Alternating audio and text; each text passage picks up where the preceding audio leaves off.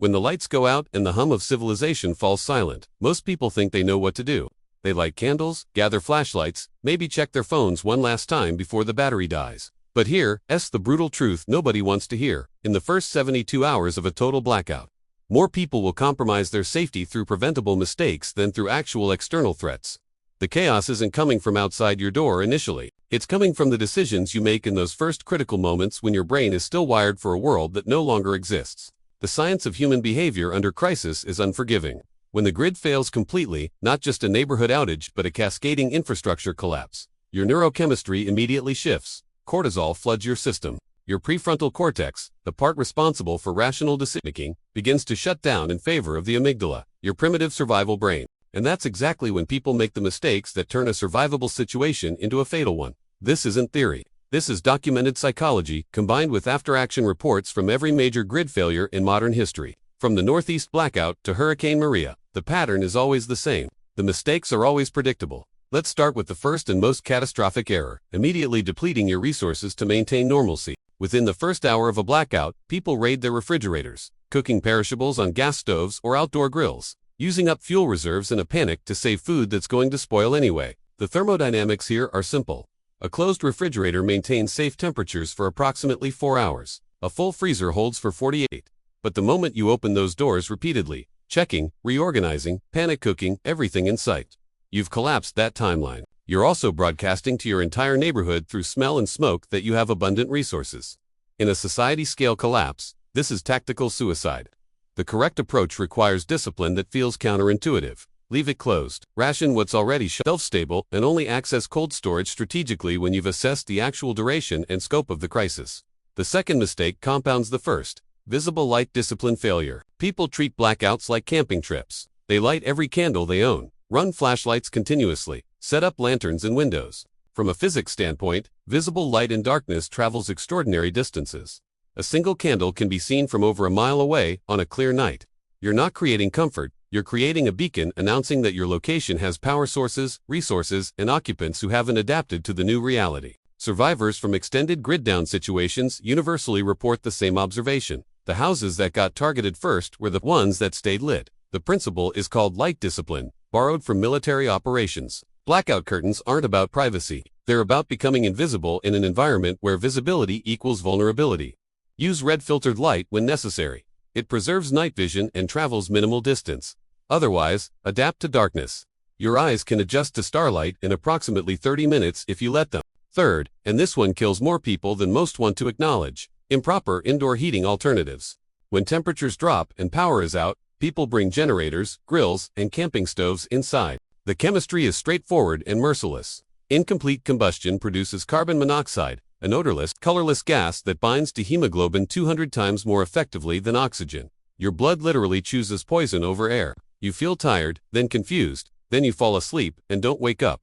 Every winter blackout produces the same casualty reports. Entire families found in homes with generators running in garages, with doors open to the house, or charcoal grills brought into living rooms.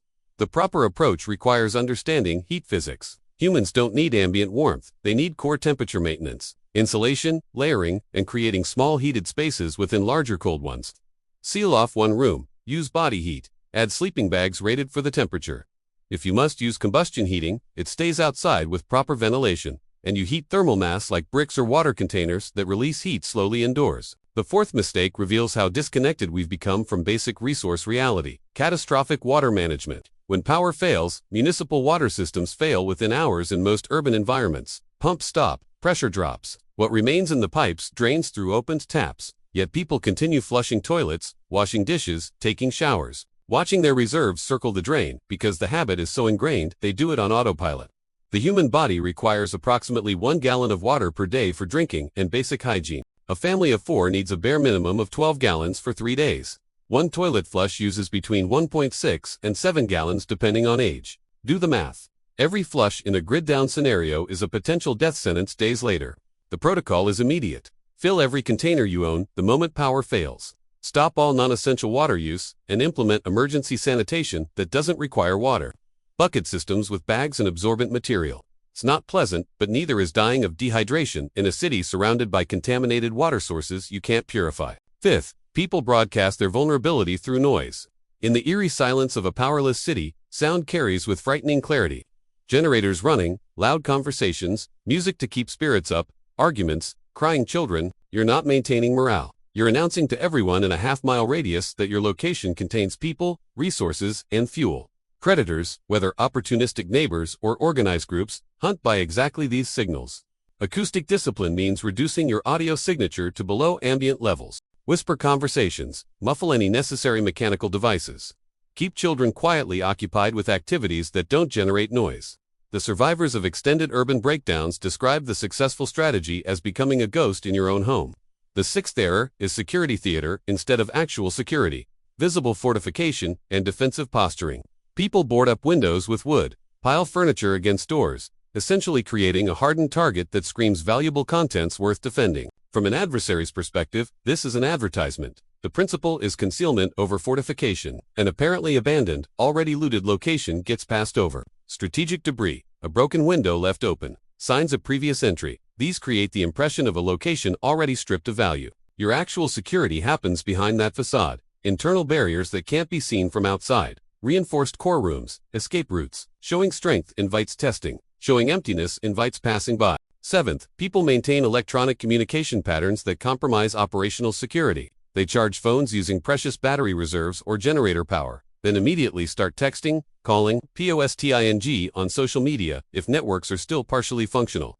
Every electronic transmission is a data point. It reveals your location, your resource level, your state of mind, and your priorities. In a true collapse scenario, electronic communication should be considered compromised, monitored, and potentially used to triangulate targets. The protocol is electronic silence, except for critical information gathering, using receive-only mode to monitor emergency broadcasts without transmitting. Eighth, the mistake of premature movement and evacuation. When the blackout hits, people immediately think about leaving, getting to relatives, heading to perceived safety.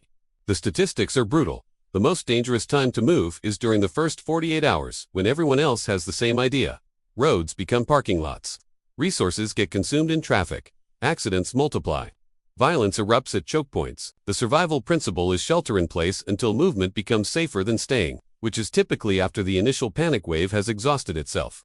Your home, properly secured and managed, is almost always safer than becoming a refugee in a system collapse. Ninth, people fail to recognize the signs of escalation and maintain naive assumptions about social cohesion. They assume neighbors will cooperate, authorities will restore order, normalcy will return shortly. The psychology research is clear. Social bonds deteriorate rapidly under resource scarcity. The timeline is approximately 72 hours before civil behavior begins breaking down in urban environments without food and water. Waiting to implement security protocols until you see violence is too late. The protocols begin immediately. The 10th and final mistake. Emotional resource depletion through constant crisis monitoring. People glue themselves to battery-powered radios, drain phone batteries checking for updates, obsessively seeking information about when power will return. This creates a psychological dependency that accelerates stress response and decision-making deterioration. Information gathering should be scheduled, limited, and purposeful. The rest of the time, focus on immediate, actionable tasks within your control. The difference between becoming a casualty statistic and a survivor in a total blackout isn't luck.